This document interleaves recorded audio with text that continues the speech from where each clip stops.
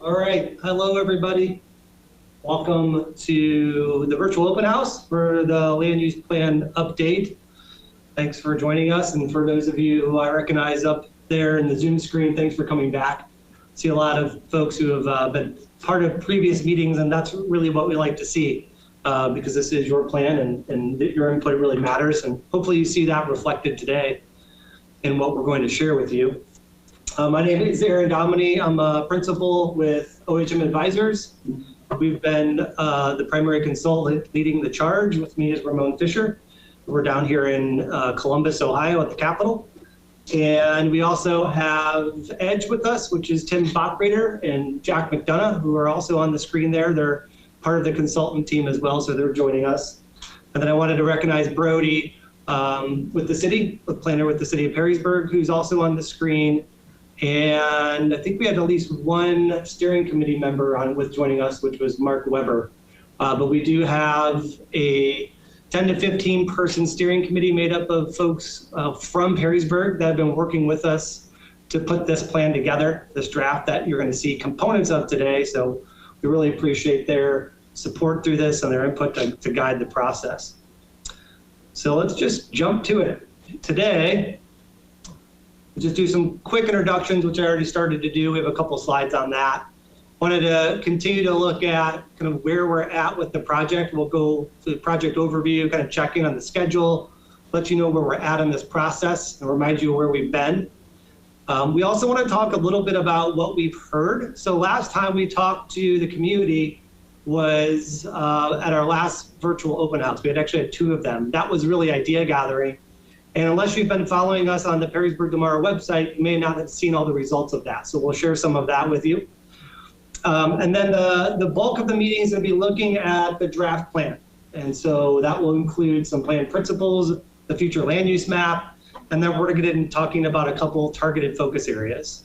So if you have your smartphone handy, we'll be using that also today. Scan some QR codes, we'll do some polling. So have that handy. If you're on your smartphone, you might need to jump over to the website to participate. We'll guide you through that when we get there. So just quick introductions. Talked a little bit about myself and Ramon. We're OHM Advisors. We're an architecture, engineering, and planning firm. We have offices throughout the Midwest. Fun fact, if you haven't heard this from me before, I'm a Perrysburg native, Perrysburg High School graduate, class of '97. Grew up on French Street, know Perrysburg very well, still have family that lives there. So I like to share that, especially on projects like this, which I don't get too often the opportunity to work on places where I either live or grew up. The Edge Group is a planning, landscape, architecture, and urban design firm. They're also on our team. And then the third team member, who you will never really interact with, kind of behind the scenes, is Aimpoint Research. They did our statistically valid market research and survey that we'll share with you today, some of those results. So real quick on the project overview. Feel free to read through this as I'm talking, but I wanted to pause at the beginning and talk about this purpose. And there's one word on here at the end of that first sentence, which talks about the community's blueprint. That's really what we're doing. We're creating a blueprint for how to guide future growth and development in the community. It's really gonna serve as your vision for future land use patterns and help position the city for success throughout Northwest Ohio and really Ohio in the overall market. So that's our job, right? If we're building something, this place, we're building a city, we have to have a set of plans to work from to know what we're trying to create, to know where we're trying to get to. And that's really the purpose of the land use plan. I think it's really important for us to remember as we get into this that number one, this is a guide. This is something that is a guide for future growth and development. It's not zoning. You're going to hear me talk about that. And that this is a draft. So what you see today is not necessarily what will be in the final draft. We really want your input today. And we also want you to remember kind of where we've been. And so one of the reasons we're here, and this was some information we presented at our last open house. It's also on the project website if you want to dig into a little bit, is that Perrysburg's got a pretty good growth projection over the last really 20 years. So you can see that trend line on the right showing how many people per year the community's been adding. Those are pretty accurate estimates. Just as a reminder, we use the American Community Survey or our census estimates, and then we actually compared it to true building permits that we worked with Brody to get. We compared those, we took a median, and that's how we got that trend line. So we feel pretty good about that growth line we're showing you. And so the reason we're here is that because we've been experiencing this, or you've been experiencing this as a community for the last 20 years, it's important to have a plan in place, a blueprint for where you want to go, so that you can manage this future growth and development. If you don't, then all we're doing is consistently being in a kind of a reactionary mode, and we don't want to be there. We want to be proactive and have a plan that's guiding us where we're going. Whoops. So we all took a harder look at that growth line, and we said, okay, if we continue on as we're doing, as we have been growing, 250 people per year, and we projected that out. So we projected that out what the next 20 years could look like. And we're showing you kind of where we think the community might be over that 20-year horizon. So almost 30,000 people. You know, at a high growth, if you grow a little bit faster than you've been, you'll be over 30,000. But you know, this is significant data, and this is, I think, why the city leadership paused and decided to go through this process, because they too saw this, and I know that the community feels it as well because we heard it through the survey. One of the other key indicators that we uncovered and shared with you at the last meeting was, you know, what is developable? So this is your sewer and water service boundary. So within that boundary, we actually went in, looked at land that was either undeveloped, underdeveloped, or was agricultural land, which we would be considered for the purpose of this exercise, while it's in production and really important, developable. And so that totals about 3,200 acres. And notice we didn't look to the other side of 75 there, because there is an agreement that property won't be annexed for quite some time. So we actually backed that out. And we just looked at what you see there in kind of that brownish peachish color. And so that's a significant amount of land that we need to plan for. And we'll talk about, you know, what we do with those areas as we move forward when we get to the future land use plan. So again, a lot of growth's been occurring in the community. You probably know that's why you probably signed in. But looking ahead to the future, we have three different growth projection lines. The committee decided to really hone in that moderate line, would get you about 30,000 people in 20 years. And then we had to look at these areas as well. So what we also did was we looked back at the actual underlying zoning districts to say, as permitted today, if that land got developed, what would that look like? So this is outright permitted today based on your zoning, and that would add the potential to add additional 7,500 residents if it was built out. So a full build out of that developable land could accommodate up to 7,500 residents, or an additional 3,100 housing units. So that actually lines up pretty neatly with those growth projections we showed you. So it's not unrealistic to think in 20 years that land could be built out, right? So time to roll up the sleeves and put the blueprint together. So this is a really good storyline that we shared with you last time. I don't want to spend too much time on it because we have covered all this, but I felt it was important to go backwards to go forwards. That's just showing you there that if that land was built out, that it could be built out if you assume that high growth scenario, 400 people per year. So at a moderate growth, you're adding 5,000, which is, you know, that leaves some land on the table that's undeveloped. Hopefully that makes sense to everybody. So when we think about this blueprint, what should it do? It's really working on identifying target areas to advance city goals and objectives. You know, where do you want to direct public dollars to spur private sector investment to make the best use of your land? Identify the greatest development opportunities, and as importantly, which we'll talk about, outline areas for preservation, whether those are more historical areas or the areas that are on the edges of the community or rural areas. So this plan, as you'll see, kind of does all of those things. This has been our approach. It's 5 phases. We're in phase 4 and 5. So we've already prepared for the plan. We understood the context, which was a lot of that research we did, a lot of technical research.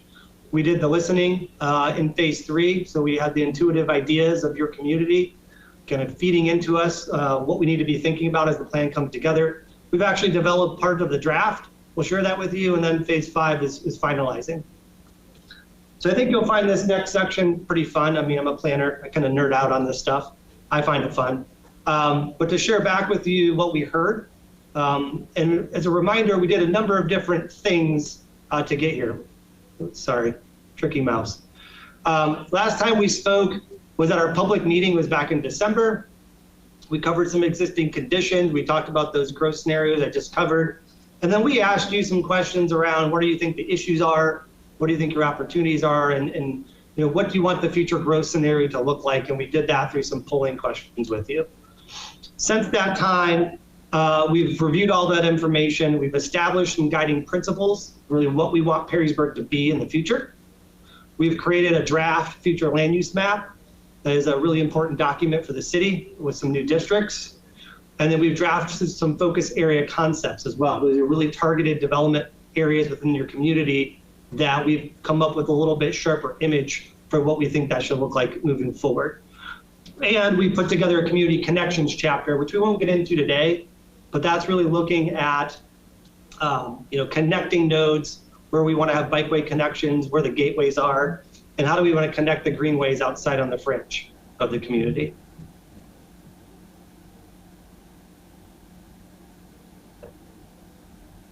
You click the next slide. There it goes.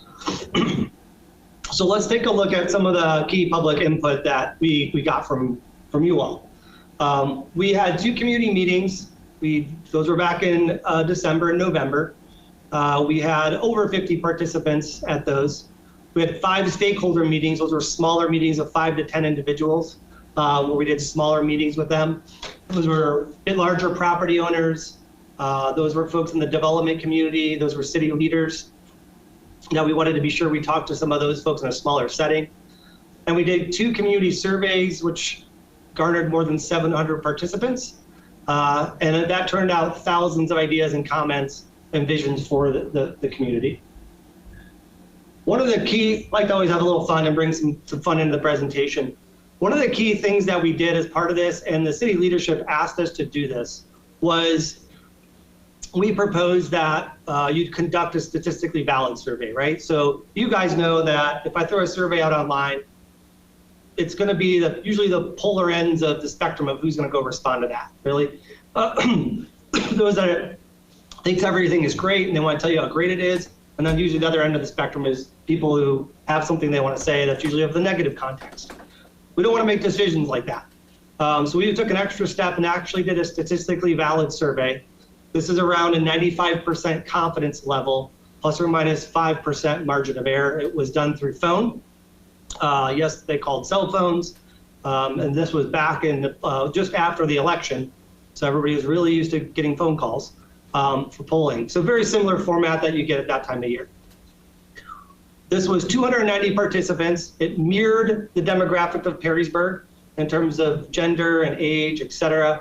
So that demographic profile matched the city. And then on the online survey, we had about 410 respondents. So that was open to anybody. And we kept those data sets separate. If you really want to dig into this and look at all the results, they're on the website. I'm just going to show you some highlights, but the website is perrysburgtomorrow.weebly.com, and then you'd go to the Plan Resources tab. So the first part's easy, perrysburgtomorrow.weebly, which is our provider.com, and then it's under Plan Resources. So I think it's Steering Committee 3 and at the open house, all that data, or Steering Committee 3, you'd be able to find that information. So let's take a look at some of the highlights. This is some quick look at the profile. I'm not going to get into all the profile, but how long folks have lived here. So you can see some of that. Majority of folks were between the 11 to 20 years. So how long they've lived there, followed by over 30, and et cetera. The online graph of who took it online. When you see that through the course of the presentation, you'll see this looks like the online version. What you see on the left is the statistically valid version. So we're just keeping those separate as we go. So one of the questions we asked, what elements in the community do you believe shape the quality of life in Perrysburg? And schools, number one, not a huge surprise, followed by safety. The downtown was up there, people, neighborhoods, et cetera. The river showing up in there. On the right, school safety, parks, neighborhoods, downtown. So pretty consistent between the two. So those are the things that people believe shape the quality of life. One of the other questions we asked is, what is the most significant challenge facing the city?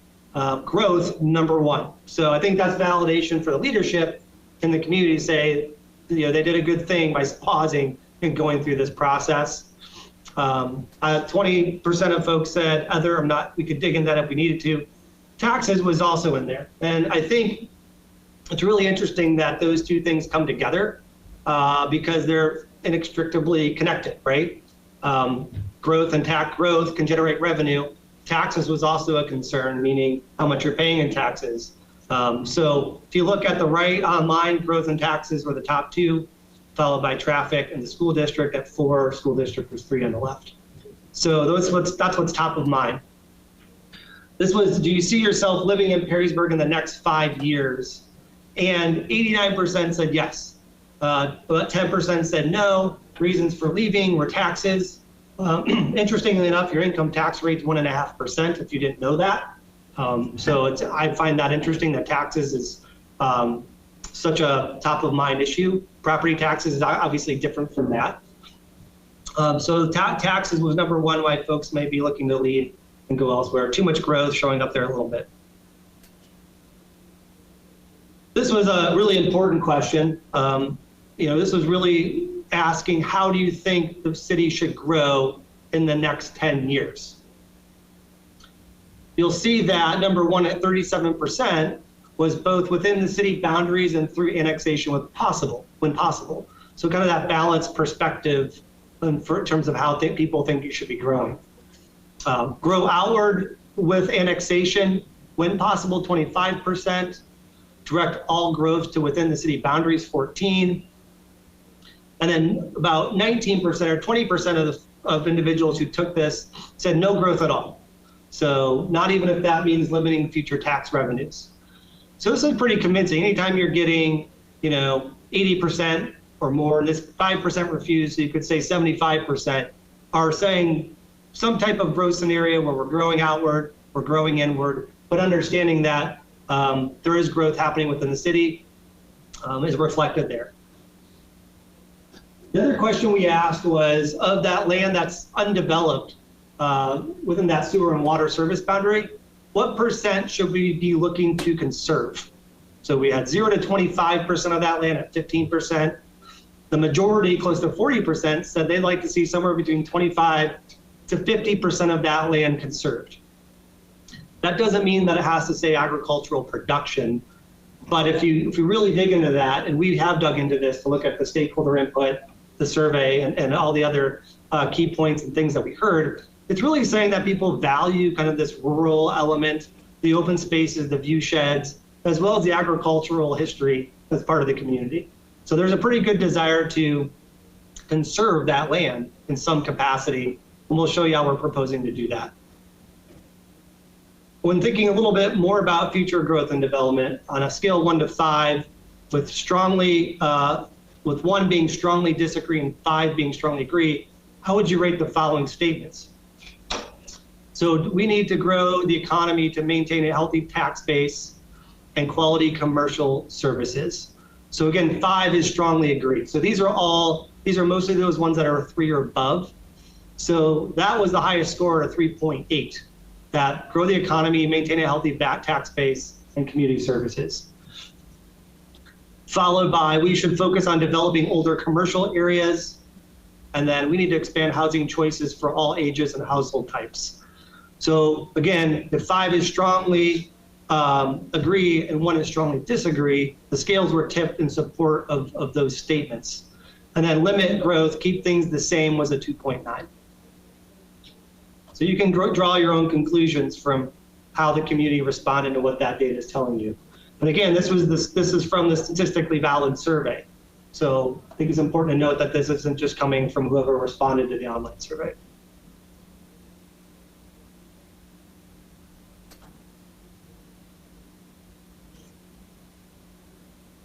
This question was, does Perrysburg need more or less or have the right amount of each of the following?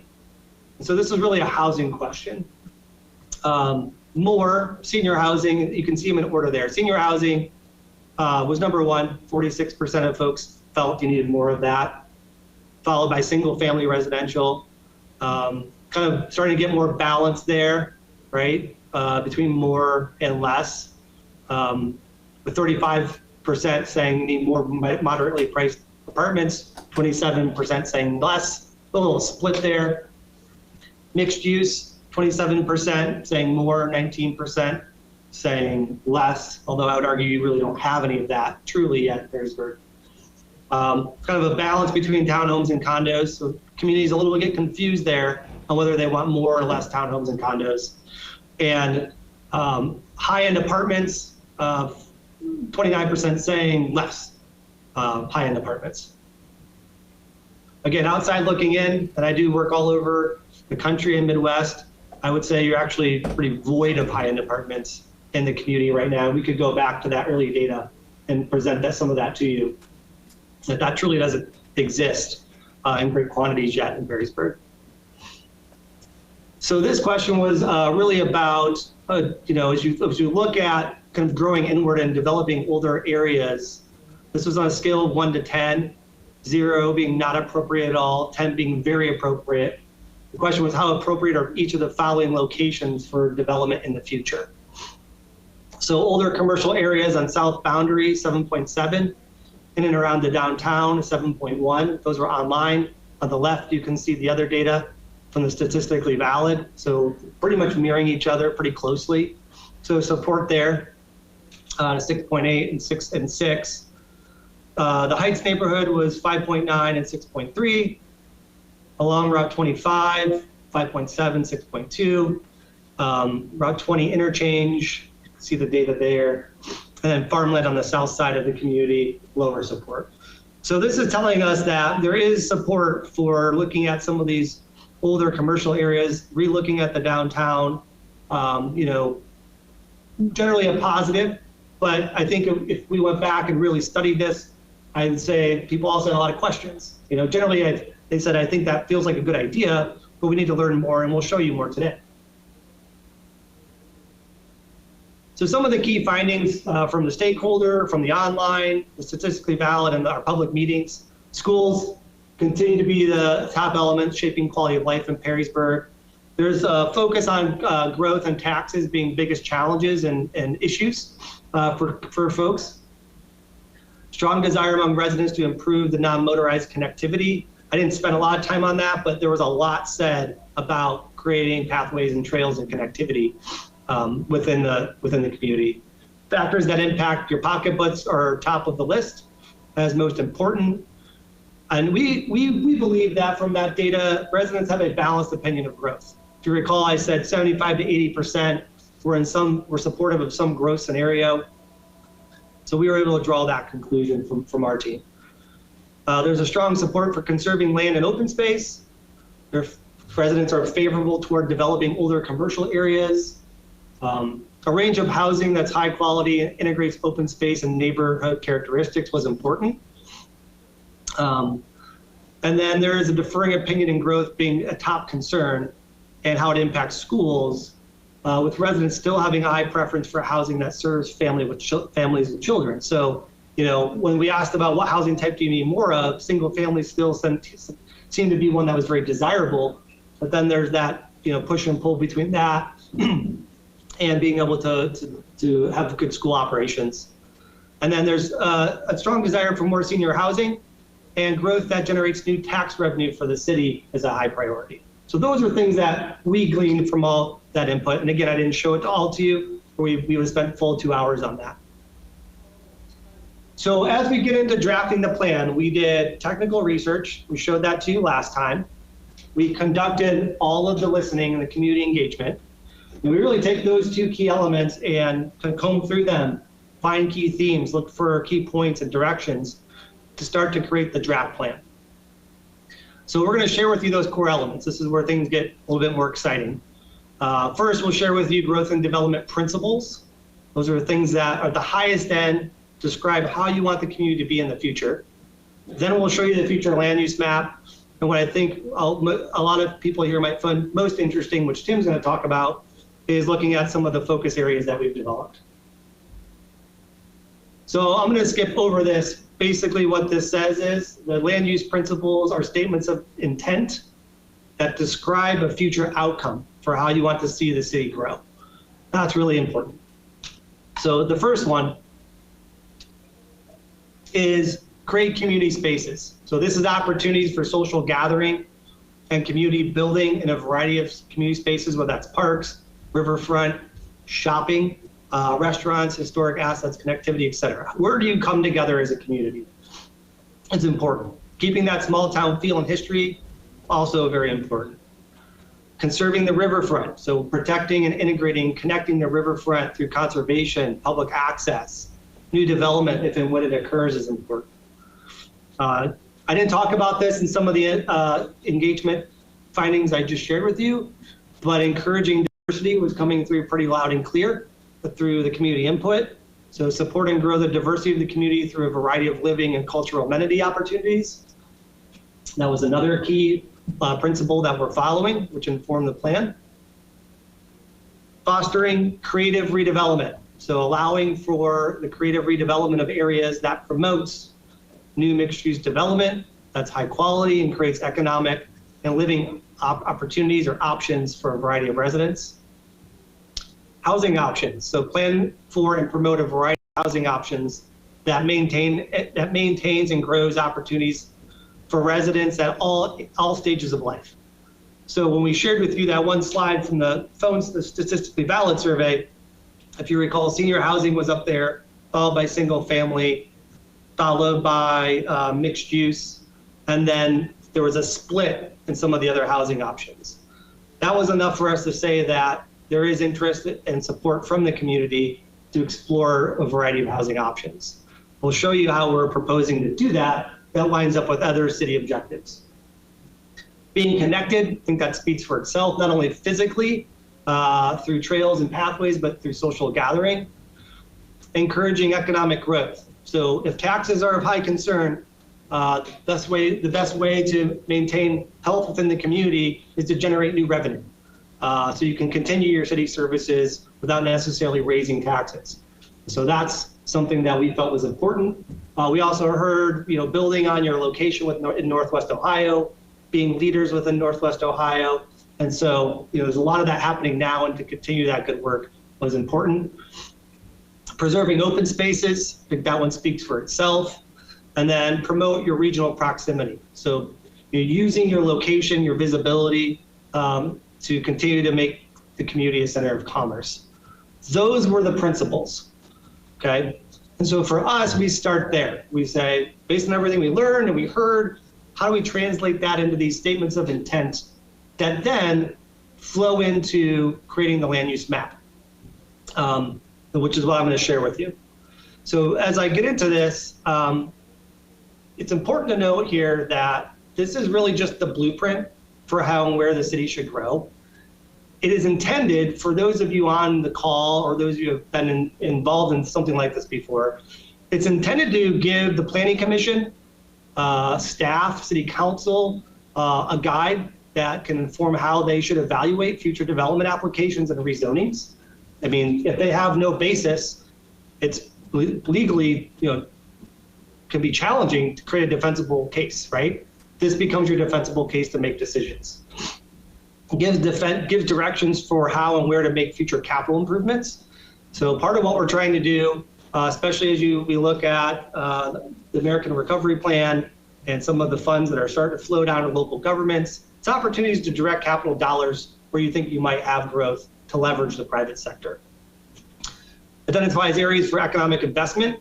And the last thing I really want to stress is that this is not zoning, but it can inform zoning changes. So at the end of the day, when this map gets adopted, doesn't mean your zoning changes what you can and can't do with your property. But it does set the table for a property owner, an investor, or even the city to go back and say, let's take another look at some of these areas and maybe change the zoning. And if it does, it should be in line with this plan. So this is the draft future land use plan. I say draft because it's not done yet. We're here to listen to you guys today and continue to take your comments.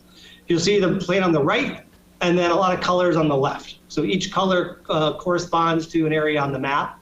And what I'm going to do now is go through each one of those in a little bit more detail because this thing is really hard to comprehend and interpret. You just stare at the map and see all the colors. So I'm going to break it down for you. So the first area that we're putting on the future land use map is conservation rural. So what this means is that this is an area that we identified as a place where we could see more single family development, with larger homes, but clustered together to reduce land consumption and preserve natural areas. I'm going to have a diagram that's going to explain this in a little bit. So we're going to maintain and respect current property rights. We actually do that across the board. But yes, it can be developed, but when it does, it should be clustered together to maintain more open spaces or productive agricultural land. So that might mean smaller lots. So building heights, 1 to 2 stories, we talk about setback. What we're talking about here is preserving 50 to 75% of those sites of the overall development as open space. So it doesn't mean that anybody loses their development rights. If you have 100 acres and let's say on that 100 acres, it's 1 unit per 10 acres, which would give you 10 units. Instead of making that minimum acreage for 1 unit, 10 acres, we might make it 1, right? So then those houses can be more clustered together. We maintain open space. Doesn't mean they all have to be like that, but this would be the goal. So you get some good character images there, what that development pattern looks like. This bottom left one's a pretty good one. And if we break this down a little bit further, these are diagrams that we've put together. This is what a more conventional development pattern might look like, where you can see those homes all spread out. This would be a scenario, maybe that's 100 acres, each home is on 10 acres, and the whole thing gets developed, right?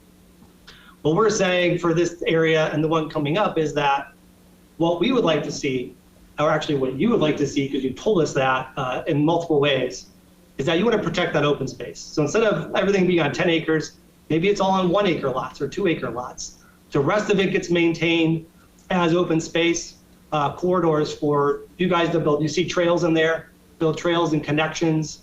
We're down in Columbus, so if you've ever been to Dublin or New Albany, this is a lot of how those areas have developed over time. They've been master planned.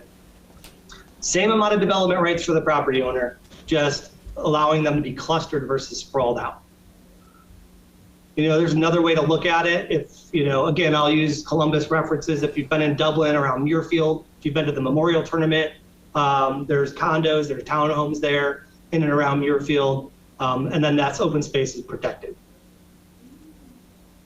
So this is another district, just like the last one. So this is a lot of that other undeveloped land on the fringe of the community where we also believe these same principles should be followed based on what you've told us. So same development pattern. The only difference here is you look in the middle there, lot coverage. We're saying this might be 25 to 50% protected or conserved as part of the overall development. So it's a little bit of a step down than the other area. So again, some good character images there. And what we're focused on here is we're not so much focused on the unit type. We are focused on the overall density. So does it, 100 could be 100 houses, or it could be 100 houses, 50 houses combined with some cottages. The density stays the same. And so we're not really focused so much on the unit type as much as we are the overall density and how much of the open space we're protecting. And that also goes back to one of the other objectives, which is trying to create more housing variety for people within the community.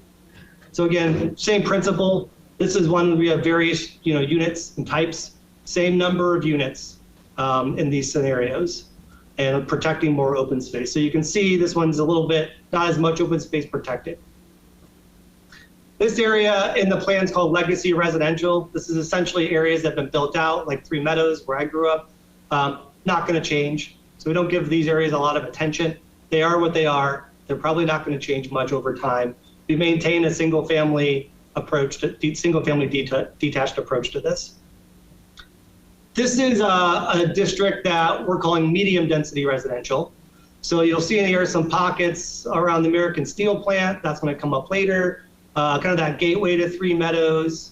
some other pockets here off of 199, where we could see some other development types occurring other than just detached single family. So this could be attached single family. It could be multifamily. Here's some of the character examples we're talking about. We've identified some of these areas within the community because we know that over time, some of the product that you have is aging. It's only a matter of time before it gets redeveloped and repositioned in the market, whether it's like the American Steel plant, a former industrial use, or in other cases, just aging multifamily. We wanted to kind of maintain that and continue to promote it, but in a new fashion. So that's what these areas are targeted for. I'm going to remind you, we're going to put this online, so if you really want to study it after we're done, you can do that over the next couple of weeks. These areas we're calling suburban corridor. So you have 20 and 25 were identified for these suburban corridors.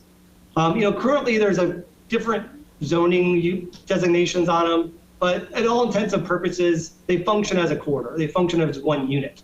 And so we want them to continue to function as one unit moving forward. So in these corridors, a couple of things we're promoting here. One is reducing setbacks. So we're trying to shift away from large parking lots, seats of parking out front of the buildings along these corridors. So you can see the front setback being from 0 to 30 feet, which could allow some parking in front. We're also promoting kind of a mix of uses. So one of the things that I didn't get into today, but I'll call out now, is that a lot of these places we've identified for this district were included some like power retail centers. And if anybody on the call has been following the papers, or you're a market analyst or you're a developer, the age of the power retail center is long gone and probably will never come back. They might be logistic hubs. They might have housing in them, but big box retail, the Best Buys of the era, places like that are shrinking because of e-commerce. And I have not met any market analyst that's telling me otherwise. And so what we're going to try to help Perrysburg do is get ready for that. And so these corridors allow for a little bit greater diversity while promoting a little bit better development pattern. The downtown, as you can see there, the little red spot, this is generally to the north of the railroad tracks, and we're just trying to maintain that. So we're not doing a lot here in the land use plan to change anything in that part of the downtown. You will see an area near the downtown we're promoting for some future change, but not in the core. This is a commercial mixed use area. So similar to those corridors, this is the Churchill's shopping center area around that. This is the area off of 20 where you have Panera at the gateway to that road. We got the car wash and then the big box retail on the other side. Again, areas that we think over time to be resilient have to be more flexible and adaptable in the market. And so we're saying that we think those areas should be more of a mix of uses. I think what describes our intent here, the images on the right, the best. So that could include some new living options. It could include upper story living, could include office, it could include some retail. But if the retail is there, really what we're seeing is that retail is about experience. So it's secondary to everything else happening there. So retail is driving towards, again, a Columbus example, I apologize, Easton or Crocker Park. Those are the gorilla examples. But you're going somewhere to have an experience and do some shopping. These aren't places we're thinking you're going to have a Costco or a Myers, but a different type of retail, a different type of commerce. Same thing on the office side. We're living through an extraordinary time. Building office parks on the edge of a community is kind of a thing of the past. I haven't seen any of those built in Columbus really in the last 10 years. But we are seeing a lot of office being developed and integrated, like the building we're in here in the short north. That's integrated, that creates an experience for the workforce, that's an extraction. So everything becomes a little bit more integrated and part of the full daily experience. This is an area we're calling for residential mixed use. So this is the area around Country Charm. This is the area around Perry's Landing and the old middle school, meaning that identifying them as areas for development, but are more residential forward than office or retail. And again, kind of continue on the storyline that I just said, preparing for the future. If and when those places get developed, we want this plan to be proactive and have some vision or direction for how they should be developed. So these areas we're saying multifamily, retail, office, but generally, residential being, you'll see that third bullet point there in the middle. Preferred use mix is 60% residential, 40% office retail. So that retail is really only going to be on the first floor. And office could be on the upper floors as well as residential. So these are some character images of those. Almost done with the map, and then we're going to do a couple polling questions.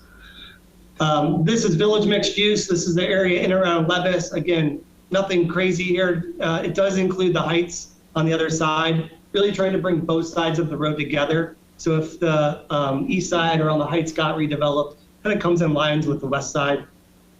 This is just continuing on the good work that's been happening there for the office development, for the town center, all the uses here for the most part, office, retail, multifamily, single family, detached and single family attached.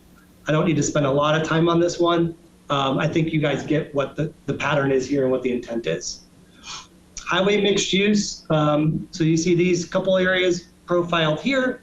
These are areas where we believe more light industrial could happen, office, some of the big box retail that's still thriving could happen. These are around the interchanges and the freeways, really taking advantage of the visibility of the freeway and your proximity within the region. So you have industrial, office, retail in these areas. The other district we've outlined here is innovation. So as we look at more light R&D, innovative type uses, incubators, we think there's opportunity to grow those. So that's the backside of Churchill's. I'm sure many of you know there's a cluster back there. And then kind of flanking and around that village center, again, taking advantage of the freeway access, kind of the cluster that's developing there. Industrial, office, retail as well are the uses. And again, when you see those buildings fronting the highway, you know what this is. But it could also be smaller scale. So it could be the startup businesses for that area on the backside of Churchill's. This is riverfront conservation. So this is essentially from Maple Street, extending all the way to the western edge of the city boundary. And this is really just focused on not so much development as it is the connectivity, the preservation of the riverfront. If there's some commercial uses, again, this might be downtown, closer to the boat club, not talking about developing the riverfront, but really continuing to see this as a really important community asset. So that was a lot of information. I recognize that. And we want to pause here. And we're going to do a quick couple of survey questions. So I'm going to turn it over to Ramon to kind of drive us through this exercise. Yeah, so those of you who have your smartphones can pull that up and open up your camera and scan the QR code. If you don't have a smartphone or on a laptop, you can actually enter this URL right here, ahaslides.com/pbirdvoh. Virtual open house is what that stands for. But so you can see that at the bottom, about 7 or 8 people have already entered. So it'll probably bring you up to a little waiting screen. And then once I click to the next slide, we'll be able to kind of start taking this quick little polling question. Off the bat, I believe I have 3 questions here. So we're going to be coming back to this little polling exercise a few times going forward, but we're kind of going to do it incrementally. After we do the focus areas, there'll be a few questions, and then kind of as we wrap up later, there'll be a few questions as well. So again, if you have your phone, all you have to do is open up your camera, hold it up there, and there'll be a little pop-up that comes up. You just touch it, and it'll take you straight to the survey. Yeah, so we have about 17 people that have joined so far out of, I think it's 5 of us on the client team, so it's about 35 of us here. So I'm gonna wait a little longer so people can get in there. But again, if you don't have a smartphone, you can use that link and it should allow you to do the exact same thing up there, ahaslides.com/pbirdvoh. So as people are starting to file in, I guess I can start with the first question being, When you saw those planning principles initially, before we got into the draft land use, generally considering those, are they clear? And do you believe that kind of they reflect the priorities of Perrysburg as you know them today, as you've seen through the kind of the public input? For those of you that are picking, still need more information, you'll be able to kind of look at that, look at those PowerPoints that we've done previously and some other stakeholder and steering committee meetings, and you'll be able to kind of review that. But so generally, we're seeing a lot of yes. Lonnie said that they brought her to the QR code. I know Tom's giving me the QR code, which I cannot access. Bonnie, now that it's on the first slide, you might be able to take it now. At first, it took you to kind of like a waiting screen where you could share the QR code with some other people. And if you can't get in, you can just use the chat to respond. Yeah, absolutely. Okay, so we've got 12 yeses, 2 nos, and 6 people say they still need more information, 3 nos. 6 people need more information, which we'll be giving you as we kind of go through the rest of the presentation. Feel free, we're not going to pause because of the size of the group and do a group discussion now. We'll be doing one at the end. But feel free, if you're a yes or a no and more information, to use the chat function to kind of follow up with a why if you feel compelled. You responded that way, and we'll be monitoring that through the course of the meeting. So let's jump to the next question.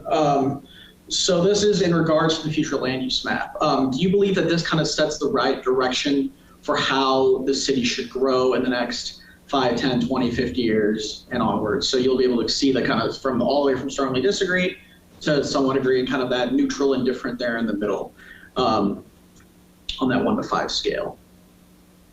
So far, pretty decent responses.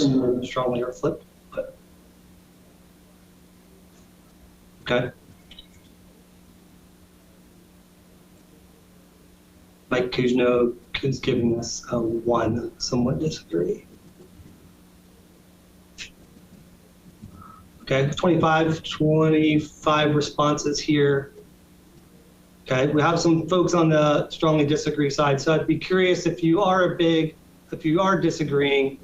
Yeah, Todd, we realize the 2 on the right are flipped. Put your comments in the chat. Feel free to put your comments in the chat, or we can bring it up later during the discussion, group discussion.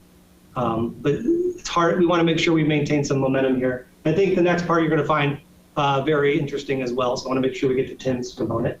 I think we have one more question here. Yes, the last question before we go on to the focus areas talks about this kind of conservation growth strategy. The goal of those 2 conservation districts we showed is to maintain, the property development rights while clustering those new developments to maintain the open space and adding additional amenities for the community. So we just kind of wanted to get the pulse on how you felt about that. So here it's right, yeah, strongly on the right. Sorry about that. So I think we gotta wait till we get about 25 responses. Let's see. Chat, there we go.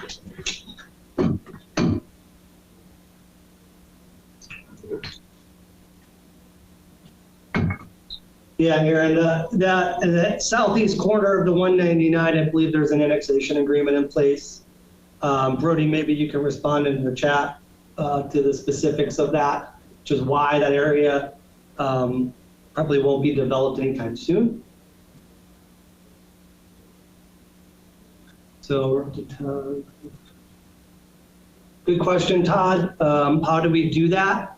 Part of what needs to happen after this, so Todd asked a really good question, right? If we are protecting open spaces, we don't want a patchwork.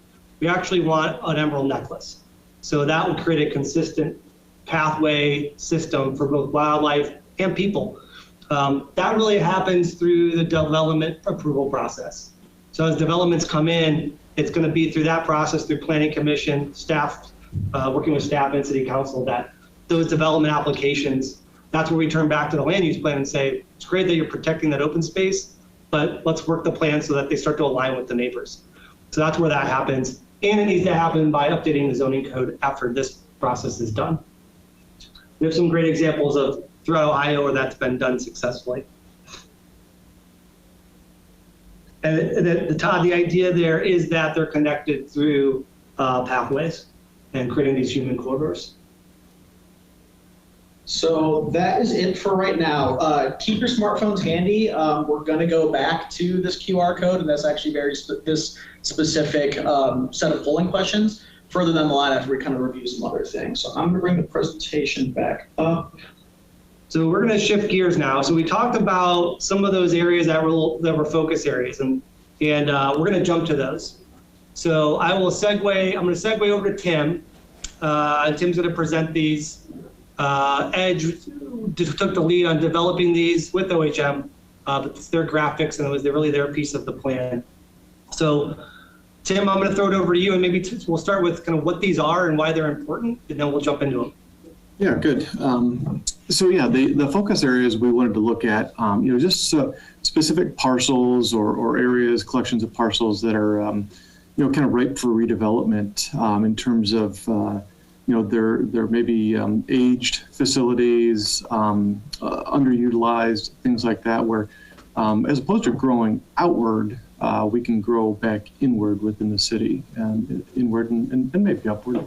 But in those these focus areas really will help to change the quality of life, I think, and help with that economic success for the community by not adding additional areas of development out into the more rural areas, but reutilizing the existing utilities, infrastructure within some of the areas of the city already. So that's what we started to look at, and we're going to look at just kind of 3 focus areas that we kind of honed in on. And one is the south boundary area at kind of south boundary and Louisiana, Country Charm Shopping Center and kind of that shopping center area there, that a lot of high density residential, right around that, an opportunity to maybe relook at that property from a development and economic standpoint.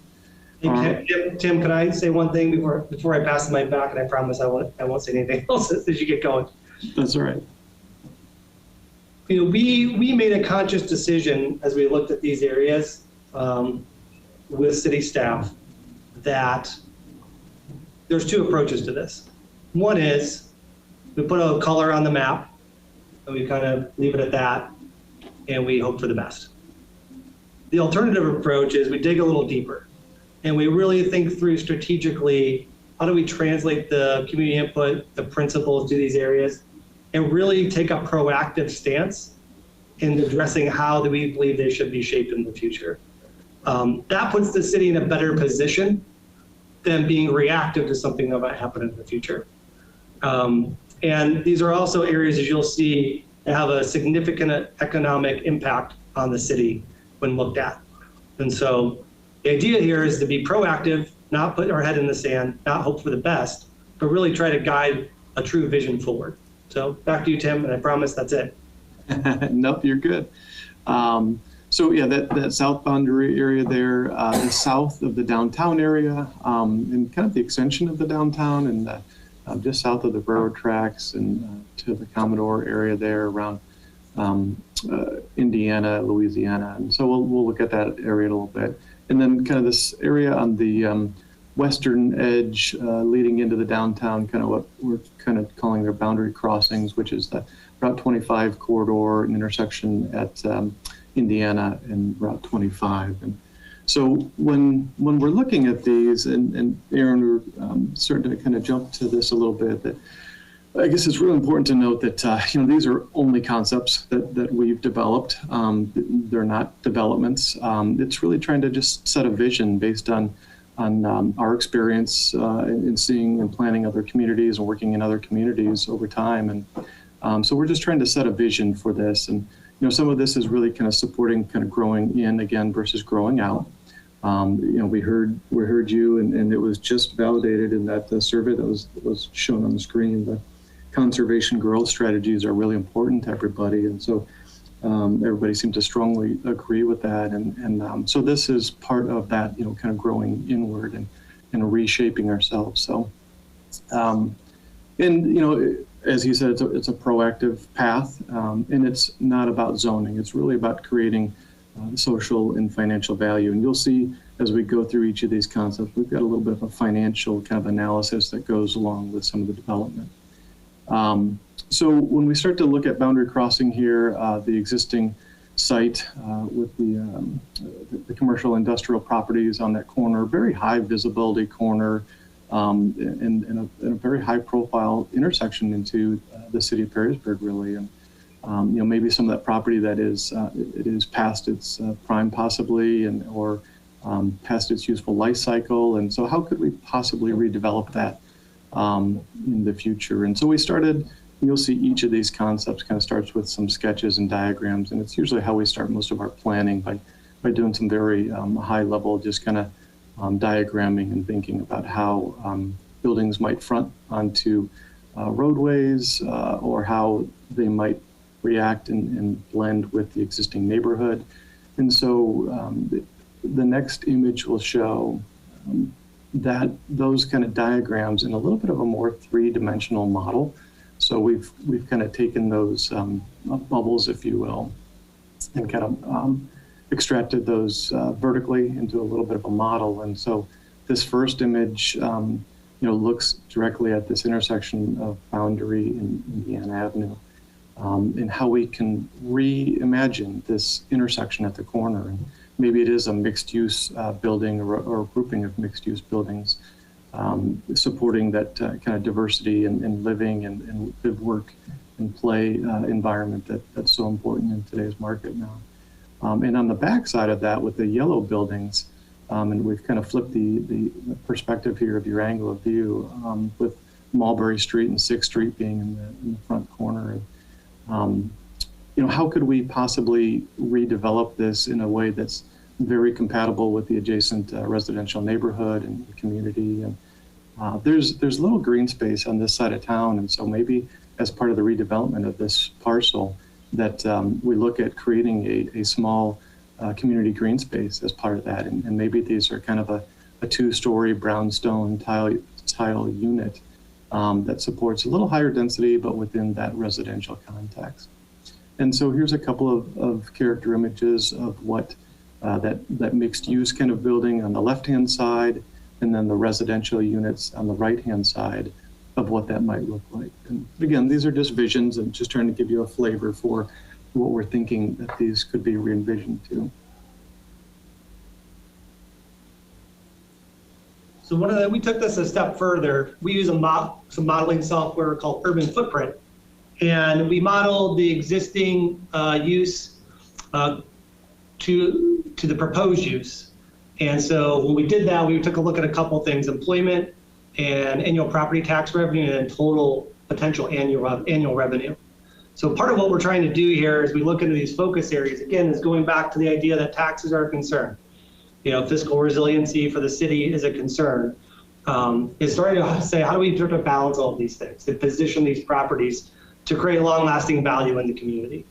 So the property tax revenue for in this scenario is estimated a little over $250,000. Which could be $134,000 increase from the existing condition. These are using modeling software, so these are not surgical numbers, but they are kind of pretty good bookends for how we might start to think about it. The employment impacts could create an additional 190 jobs. And then we could see some of the math there, assuming a $50,000 salary at the current income tax rate of 1.5%.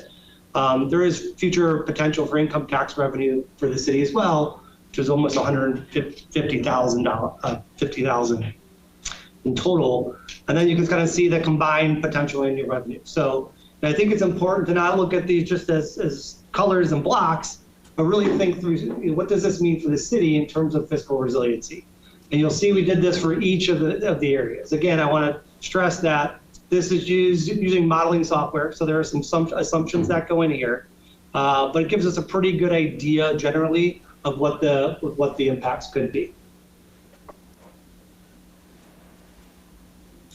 Okay, so the next focus area that we looked at was this south boundary area, and you can see by that existing photo and condition, and we've all been there a number of times, and just a lot of asphalt pavement, and the buildings have this really kind of suburban approach to development, and not very friendly in terms of walking up and addressing the community.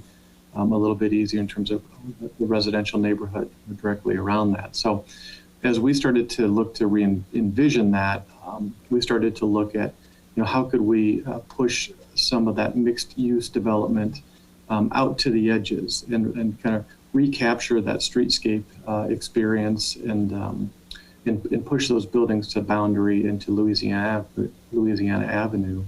And preserving some green space, within certain areas to have focus areas for green space, outdoor dining, gathering, and those types of activities. And so here's the bubble diagram, and then the modeling images. So just again for your to get your bearings, that boundary street along the front here in Indiana, bisecting, kind of going up between the purple buildings again, which would be looking at pushing the purple buildings or the mixed use buildings, again, that live, work, play environment here, where push those buildings to the streetscape and use some traffic calming devices and enhance, those streetscape experiences. The green areas, kind of preserving open space and green space around those. And then the yellow areas being that residential, again, might be a condo, townhouse, apartment style buildings with green space integrated within those. And, looking at, how we can integrate those into the community and yet create that higher density within this, redevelopment zone so that we don't increase that density out in those more rural zones. And so here's a couple of images then of how that might look and some examples of that. And we see, the 2 or 3 story kind of mixed use here with the retail on the first floor and maybe office or residential up off that. That's that typical mixed use kind of setting. And that's pretty traditional for those types of developments. I'm going to flip to the next slide. There you go. Can you flip back to the last slide? One thing I want to point out as you look at these, a lot of these character images are places you may have been or go to. The bottom right is in Carmel, Indiana, outside of Indianapolis. The top right is near Franklin, Tennessee, which is a premier suburb outside of Nashville. And I don't know the left one. Do you know the left one? Off chance, that's just a good fill. That's Grandview. Grandview, which is down here in Columbus, which is another very desirable first ring suburb of Columbus. So these are probably places you've been or go to or know somebody in. And a lot of those, I think it's important to note too, that, a lot of those areas were redevelopment areas as well, right? Grandview is certainly a community that's kind of reinvented itself from the inside back out. And so that image on the left was definitely a redevelopment.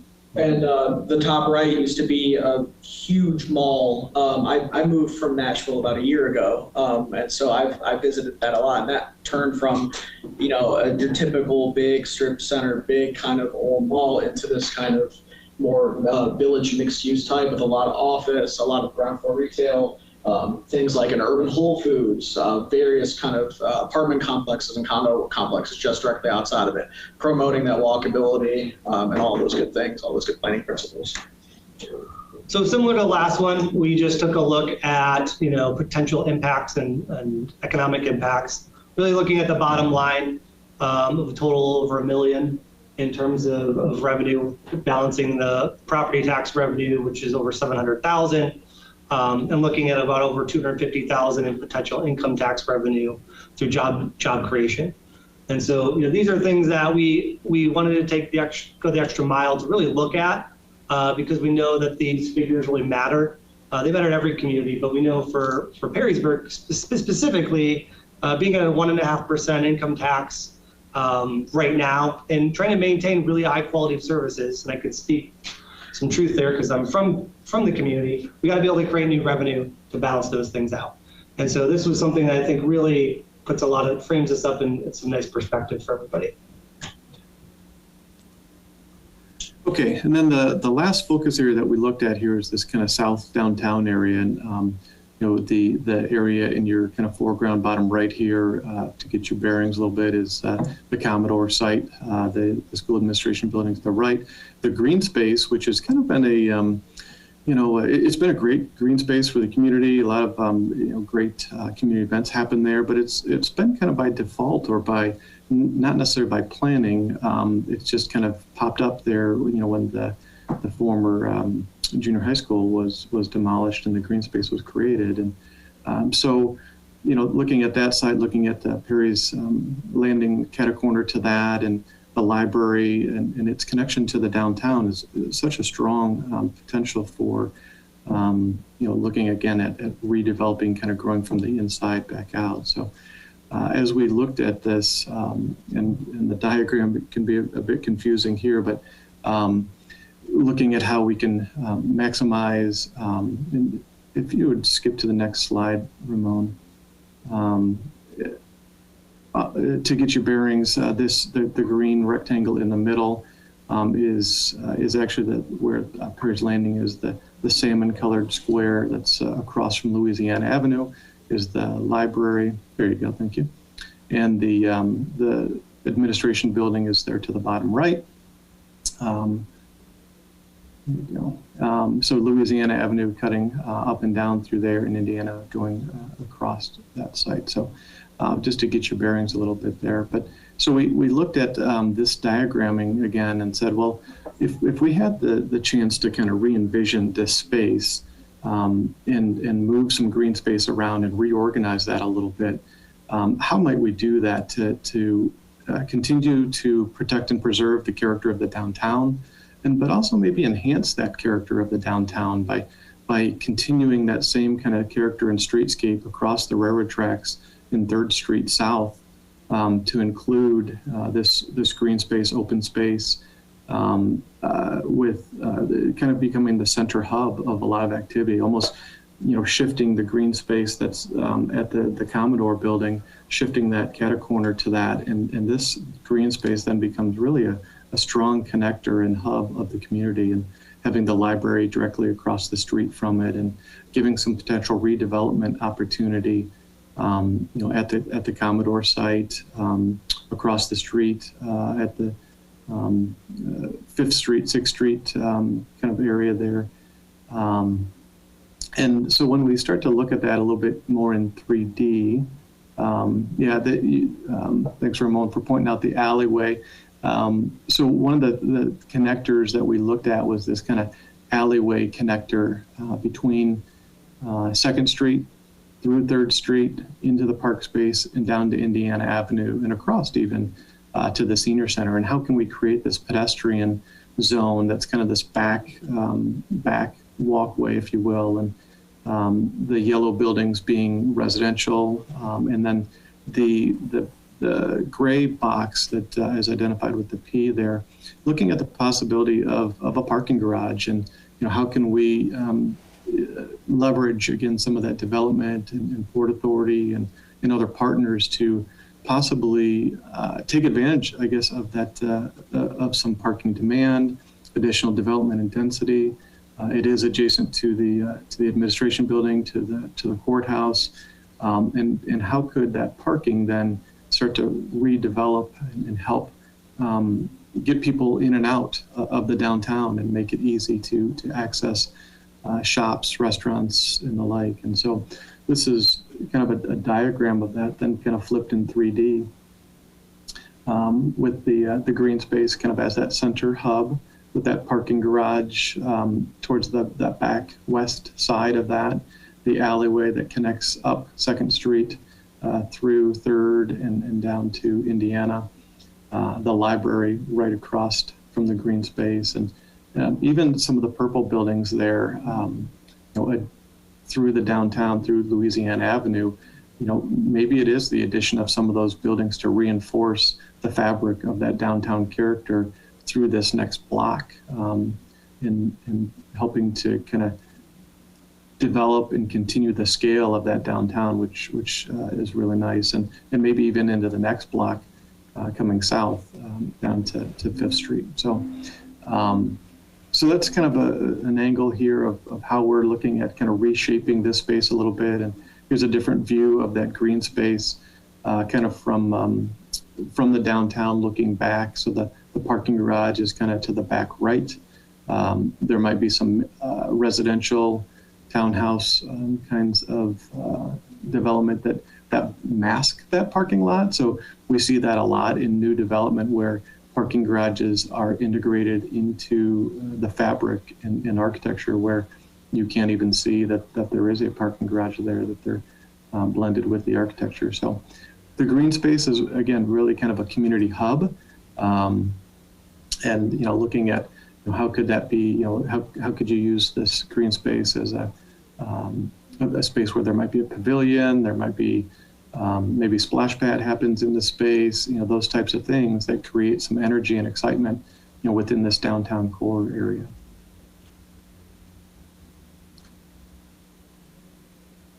And then this view is flipped. So we're looking kind of from the southern side, looking north. Well, I'm sorry, actually we're on the alleyway almost above the railroad tracks, looking to the south with the parking garage to the right, this kind of alley pedestrian zone that's moving kind of north-south here on the right side, and on the left side, the green space. In the very back left corner is that kind of mixed-use development in front of, say, the Commodore building and the library on the left. So these are just, again, concepts, vision for how we see that could be redeveloped. And again, some character images of this image on the left is in Gahanna, Ohio, where they have a very strong mixed-use facility like that, and parking garage integrated within those, pretty much the same. Hey, Tim, two points here. Two of these are Columbus examples. This is in Gahanna, and there is, in fact, a parking garage in here. You can't see it, but there's 350 spaces in there, which is public-private, some for the development and a significant amount for the public. And this image here is from Dublin, which also has a parking structure in it. So you can see that there. So we just wanted to make sure that you understand these are relatively close to home examples. The bottom right image is Carmel, Indiana, and this one was really showcased to show kind of the importance and significance of how to integrate that public space, which I was just there shuttling my 11-year-old over to Grant Park for a soccer tournament, and on a Friday night, that place was really active with outdoor ping pong, cornhole. There's TV out there. They had different activities going on. So really using that public space to program and invite people to downtown.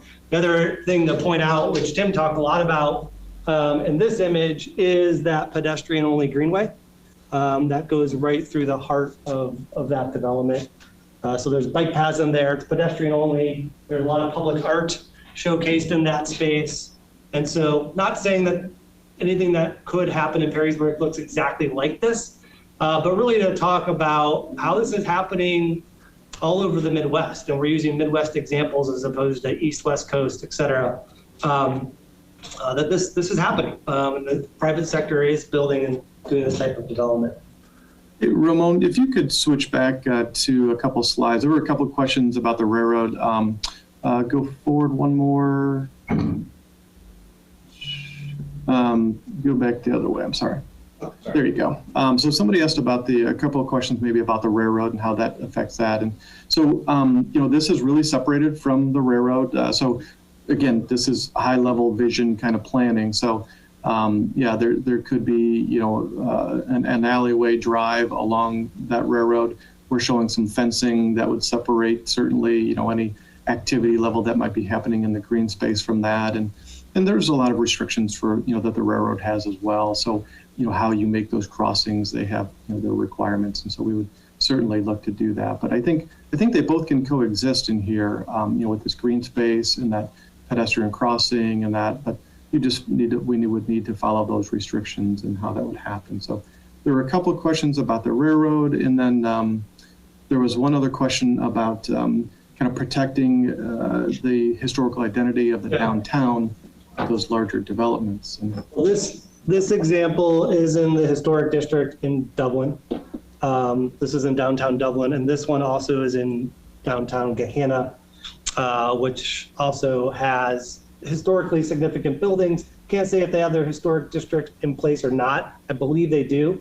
Pretty confident in that. And this one is a new build. So this one is not in the context of the downtown, but the other two are in the context of a downtown. I think that's what starts to create some of that diversity, right, of architecture and the preservation of that character.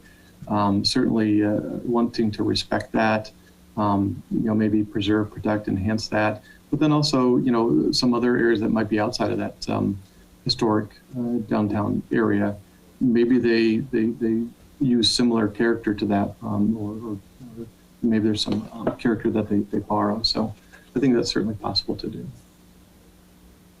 Similar to the last slides, again, just kind of flipping through the data here in terms of property tax, income tax revenue, total revenue, under a scenario that, and again, whatever happens in the future may not look like this, and it probably won't.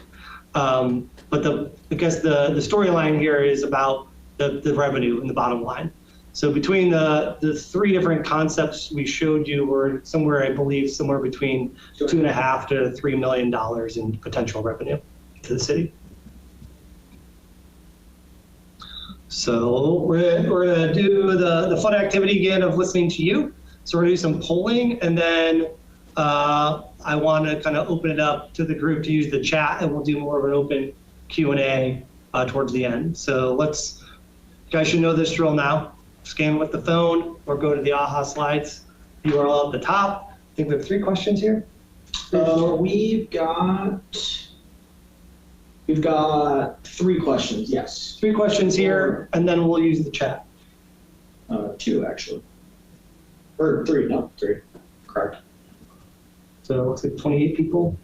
So There's 22 of us in there so far, so that's pretty good. So I will go on to that next question. Again, overall, generally, do you think that the focus area concept that we've shown, the 3 of them, support the community's input, and they kind of reflect the guiding principles that were created as well with the help of the stakeholders, the steering committee, and kind of all the public input we've heard so far?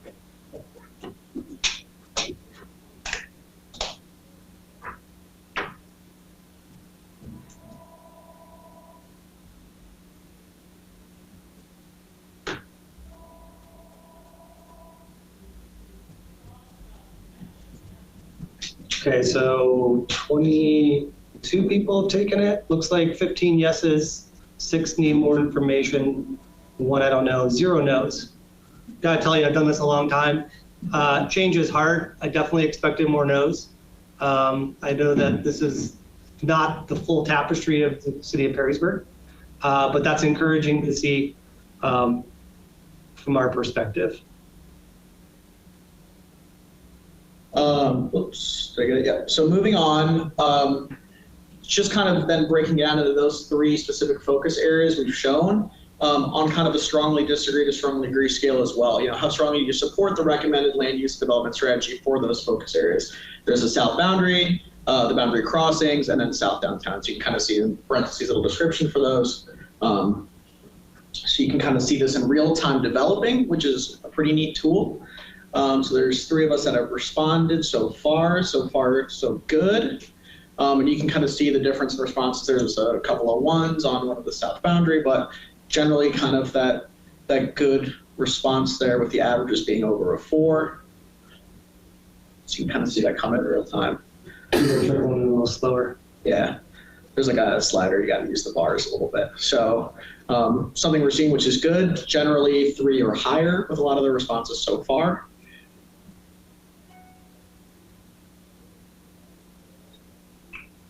With the Country Charm site having the strongest kind of positive reaction so far, followed by the south downtown and the kind of the boundary crossing there at the steel site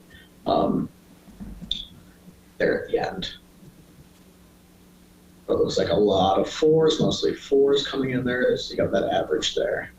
Can you see is out downtown's covered up, or can you see it on your back end? What do you mean? I'm just trying to score. It's somewhere between, it must be 3.7. Yeah, 3.7. Okay, so there you go. So we have the overall perspective and we have the individual perspectives, all over threes. And then just a few kind of questions, two questions actually, just kind of what excites you the most and what kind of gives you the most reason for pause about what's coming ahead. So we just want to know your general kind of reaction here to the focus areas and what you kind of like so far and what you've seen. So public space and diversity in housing, getting ahead of the curve there and planning for the future.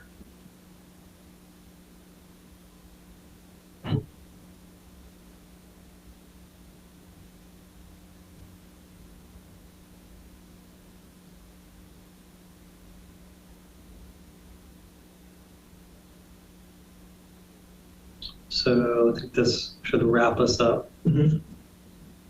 Jobs. Can you remember the ones on this one? I don't think so. I can't remember. I don't think you can. 29 people, more people voted on this one. Mm-hmm. A couple of people not excited about the proposed concept, and maybe they didn't vote earlier because we had all yeses.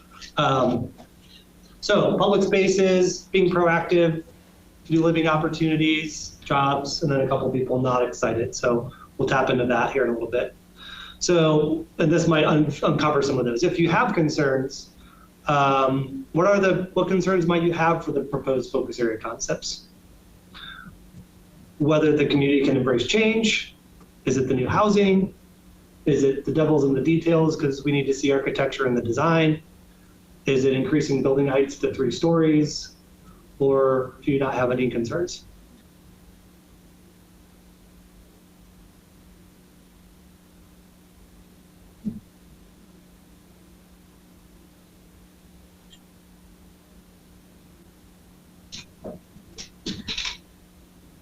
Try to see if we can get this one up to 28. Some people might not be voting. One person's all in.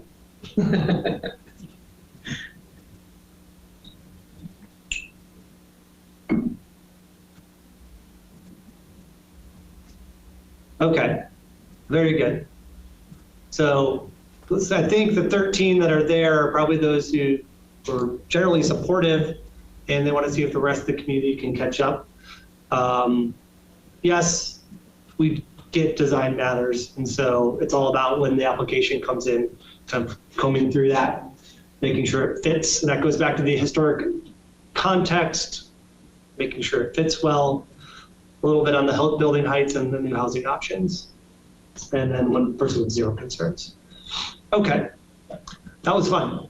Hope you guys enjoyed that. We're not done yet.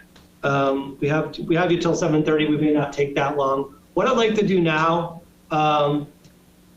is, I don't think we need to do any breakout rooms, but I'd like to use the chat to kind of open it up a little bit.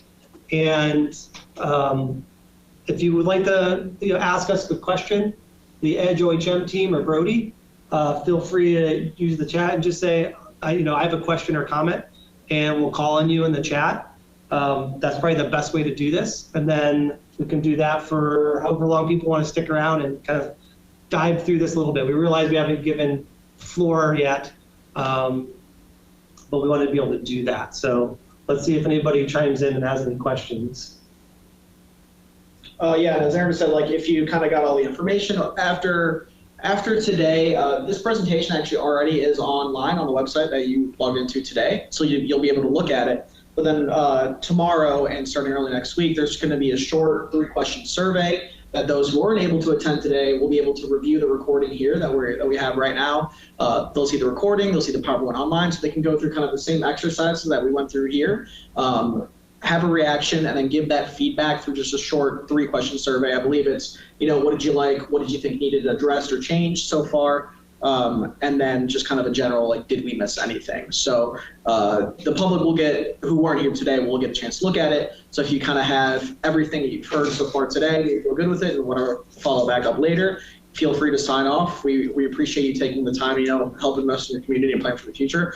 But then there's just a short little kind of group discussion exercise that we have today. We're going to do a little word cloud where you can kind of tell us what you liked, and then we'll just do, like, as Aaron said, a 5 to 10 minute kind of Q&A where you'll be able to kind of write in the chat and kind of get a little bit of a one-on-one, a pseudo one-on-one with us. So if Kate's on from I think she's with the Blade, just sort of note that people can go there and view all this and provide input.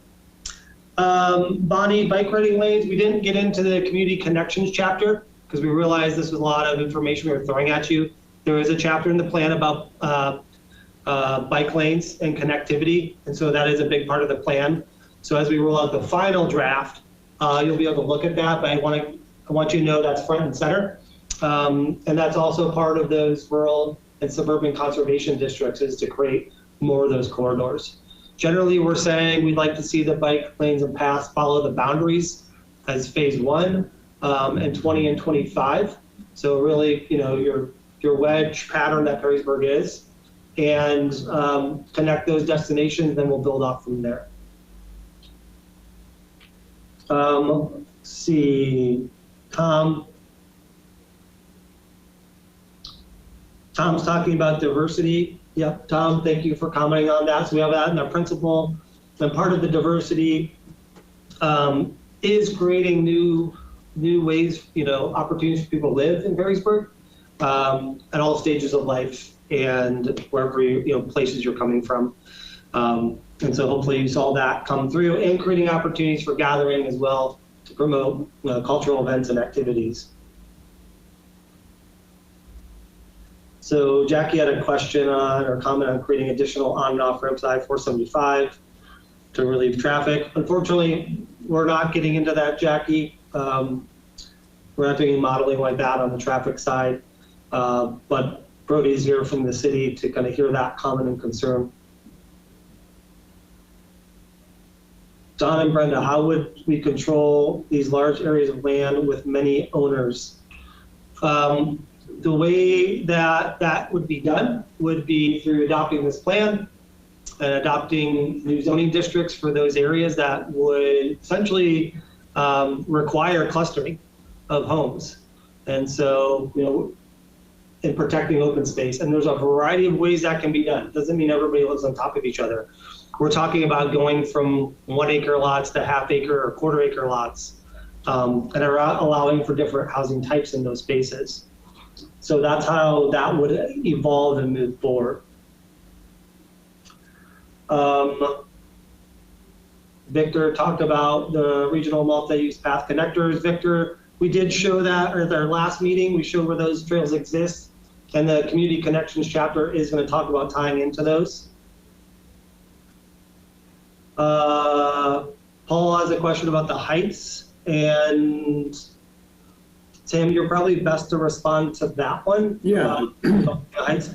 Yeah, I was just going to say, so, with the, I guess while we see, addressing the heights, and we're going to continue to kind of work on that because it's kind of a late addition to the planning process, but, how can we look at that community to integrate the infrastructure a little bit better, integrate the community, not have, such a boundary or barrier between, say, Route 25 and the commercial district, and kind of blocking that off. How can we create a stronger sense of community within there, and does some of that involve, a possibility and strategy might be closing some of those streets off so that the sense of community can be stronger within that, creating more open space within that, community gardens and open space that can be recentered and focused to be kind of the center of activity and hub there. Some of the housing stock, looking at possibly, as those age and move on, what gets developed back into there. Maybe it's more of a cottage style home. There's certainly smaller lots, and how can we do that? And that certainly supports the diversity in the community, and but just making sure that we're not blocking that area off in any way, but really more so integrating that into the community. So I think that's some of the strategies we're going to look at as we get into there a little bit more. Mm-hmm. Yep. And there was a comment about private property and the businesses. Looks like Aaron answered for me, Aaron. That was a good answer, Aaron. Yeah, I mean, it's all about being proactive and anticipating what may happen to those properties. Values change, markets change, owners change. And so this isn't about tomorrow going out and telling those businesses that they have to close down. City doesn't own the properties, this plan doesn't own the properties. But if, you know, investor A comes along and wants to buy them and redevelop them, and there is a willing seller, then it says, this plan's saying, this is our vision. And it's saying, we don't want a logistics center at Country Charm, or we don't want all residential. You know, it has the plan, going back to how this is used, Planning Commission and City Council would use this plan as a basis to make their decision for approval or denial of that. There was a question about ADA and universal design, maybe just to hit on that real quickly. Sure. The reality of that is that universal design, addressing for ADA it's just the law. So everything would certainly be developed with that in mind.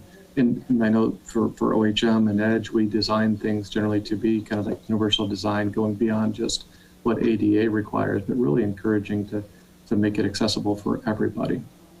And beyond, in addition to that, you know, I just spent my spring break down in the Villages, visiting my parents or my kids' grandparents. And, you know, if you know of the Villages in Florida, it's all about integrated community.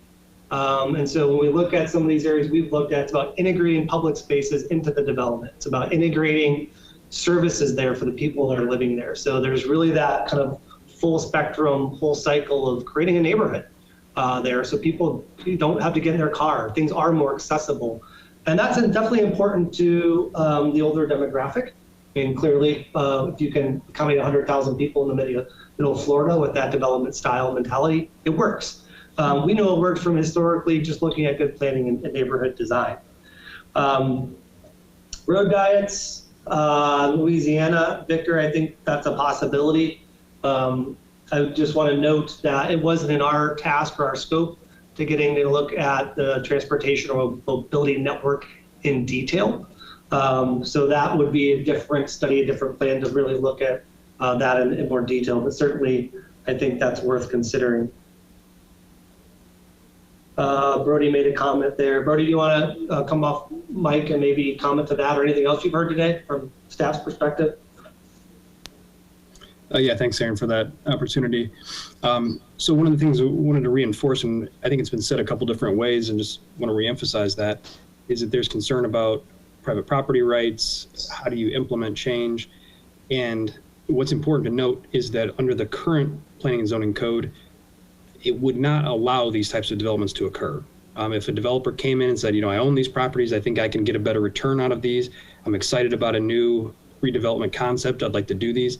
Currently, the code does not allow this to happen. So part of our task was to explore whether or not these ideas and concepts and visions were something that could be supported by the community. If they are, reworking and massaging the zoning code to allow them to happen. So that's the highest hurdle. Somebody asked the question is, what's most likely to go wrong? Most likely to go wrong is that there's not the proper follow-up to go through to allow these things to happen. Additionally, on top of that, the city can encourage. We can either do by example, or we can incentivize, we can partner, or we can promote through the idea of a master plan where someone doesn't have to go through and create the vision, that the vision has already been created for them. The city can help then market and sell that vision. So as I said in my comment here, the idea is that we're not creating winners and losers. That's not the role of the city or government in general. It's to show people what could be and create an environment that allows it to happen, and help be a catalyst for that when and where that's possible. Mm-hmm. So thanks, Brody, for that. Couple other things to point out here. Looks like the mayor just signed off, so we did have the mayor joining us. We do have a council member, Mark, who's on with us as well. So you do have your leadership here in the community listening, obviously Brody as well. Aaron had a quick question or comment about, and Brody touched on this, the city's involvement in facilitating some of these projects. There are, dozens of ways that could happen. Rather than getting into all the tools, which gets, pretty high level, I will say this about that, and Tim, feel free to jump on. We have the opportunity to do this work all over the Midwest, from Tennessee, all through Ohio, Indiana, Michigan, Pennsylvania. The communities that are being proactive and actually doing this work and then helping to facilitate the public-private partnerships are the ones that are thriving and succeeding, and actually are becoming the communities that are most desirable. So, the era of sit back and wait and hope something good happens, and it's not the city's job to be involved in kind of facilitating this change, those communities are not doing as well. And there's a variety of tools that can be used to do that. And we'll talk about some of them in the final plan. But I think it's, you probably have all heard the phrase public-private partnership. That phrase is alive and well. And to get some of this work happening, it's going to take that. So clearly, if you look at the downtown, you have some property transactions that have to happen. There's got to be some creative financing that goes into solving the parking problem downtown. I know there is one because I have family and friends who live in and around the downtown. I know parking's a premium on a Thursday, Friday, Saturday night. And so, how does the city help facilitate that? What type of tools can we use? So there's a variety of ways that can happen, and they're being used every day, all the time. I mean, what we see, and I think you're seeing it now more in Northwest Ohio, but we see in other regions, Cleveland, Columbus for sure, is that the communities are all competing for the same thing, right? And so they're competing for talent, they're competing for residents, they're competing for workforce, and businesses. And the way that you win in that race is to create a very high quality of life that's going to attract and retain people. Perrysburg's done that historically, and we've identified these opportunities to kind of continue that great work. Yeah, and I think that preservation. So I know some of those comments related to preserving the architecture history. That, I mean, now more than ever, in the design and development world, people are understanding that everybody wants a sense of place and scale, not just another development. And so, the preservation of that and the quality kind of design of that is really being recognized by everybody. And I think it's an important factor moving forward. So, a couple other comments. A lot of good comments as people are signing off. And try to find a parking place if you work downtown. So the parking garage isn't just about the new development, it's about solving those other problems too. And so having public parking there is part of the solution. And we showed you those examples of other Ohio cities because you can't see the parking structure. And that would be the intent here, is that's really not visible from the outside. Bonnie asked when the next meeting will be. Bonnie, we're not gonna have another public meeting until this final draft is done. We're going to take the online comments. The next public meeting will actually be during the adoption process. So when this plan goes to Planning Commission and City Council, the public will be allowed to come comment and provide their feedback. But we're not having another virtual open house or in-person open house. Thank you, Victor, for your comments. Appreciate that. Aaron as well. Good comments on kind of backing up the vision, Aaron. I appreciate that.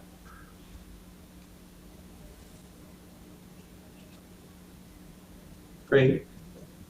One other thing that, just some commentary as we get towards the end here. Part of Tim's thinking at Edge and ours as well is, flipping that green space downtown does a lot of things. The first is it alleviates a safety issue. We don't want everybody crossing Louisiana to get over to the green space. And secondly, the closer we can get it to the downtown core to facilitate Harrison Rally Days or the Winterfest and keep that kind of tucked in there, we find that to be much more desirable condition than pushing it out farther away from downtown. So there was some logic there. And then actually using that existing green space as a development opportunity to create more revenue. And then once we flipped it, then we were able to say, okay, if you have Harrison Rally Days there, we've solved the parking problem, right? We have parking structure right there. So if people from all over the community are coming down there to go to Winterfest, I think it's Winterfest, is it not? All the ice sculptures and something like that. You know, we solved that parking problem for those peaks when you have those special events. Same thing if you have, I believe you passed the DORA. Brody, is that true? Is that a thumbs up? The DORA passed? There's still some things that are being worked out. It's going to go back to the Planning and Zoning Committee. Okay. The 15th at, I want to say maybe 6 o'clock. Okay. Well, if that happens, I know there's details in there. You know, if you do have a live event downtown, if you have bands or whatever, it's closer. You don't want people crossing the road. And so if there's a beer garden or something like that, it's over there. So there's a lot of strategic thinking that went into that, what I'm going to call kind of that big move. But, you know, as you kind of work through the logic with us, I think you'll understand that it starts to make a heck of a lot of sense to do that. And, you know, Perrysburg's in need of that green. It doesn't have this quintessential square, like a courthouse square. It doesn't have that place. And so we really think that that's going to be a really important piece for the city moving forward. Okay, I don't see any other questions for us. See a lot of good feedback. Oh, Donnie, thanks. We're anticipating this is wrapped up in the next 2 months. So our work in finishing the plan, getting it to the point where it's going to Planning Commission and Council for review and adoption, that'll probably be happening as early as June, definitely this summer. The idea would be that it goes through that approval process, and thinking that through, then it would probably be somewhere around August, September, I would guess, that it gets adopted.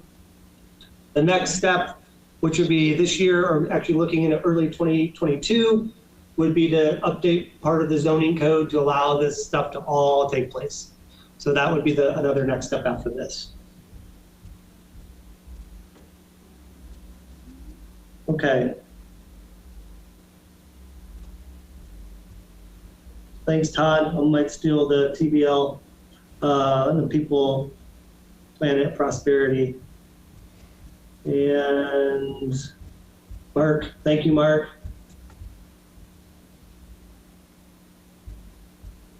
All right.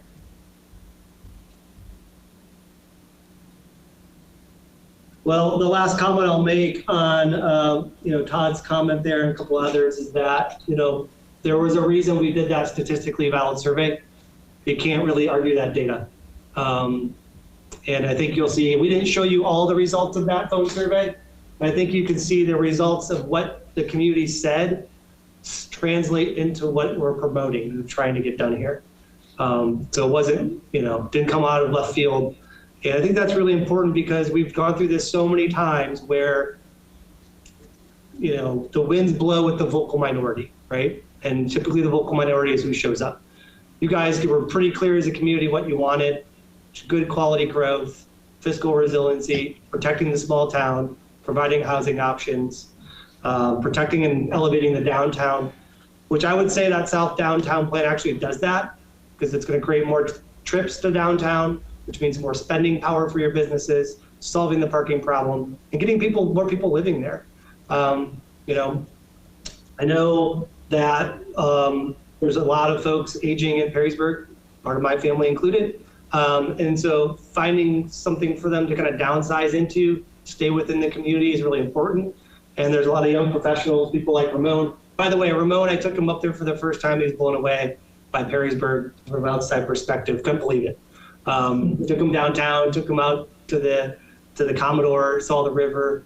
Then we drove around, and it was really positive reaction. So Brody says you're welcome to email with any future questions. His email's there. And then the final closing comment is tomorrow, or actually right now, this is all online.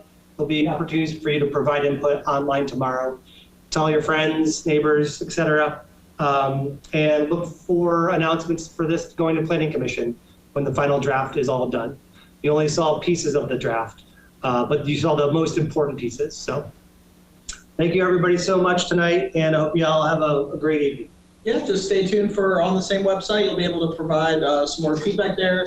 Friends and family who aren't here today can watch the recording, so there'll still be ample opportunity to provide feedback for like a week before we kind of create the draft and get it on the steering committee for that final review. So as Aaron said, on behalf of us, OHM and Edge and the city, thanks for hanging out with us on the Thursday night. We appreciate it. Thank you. Thanks, Thank you, everybody. everybody.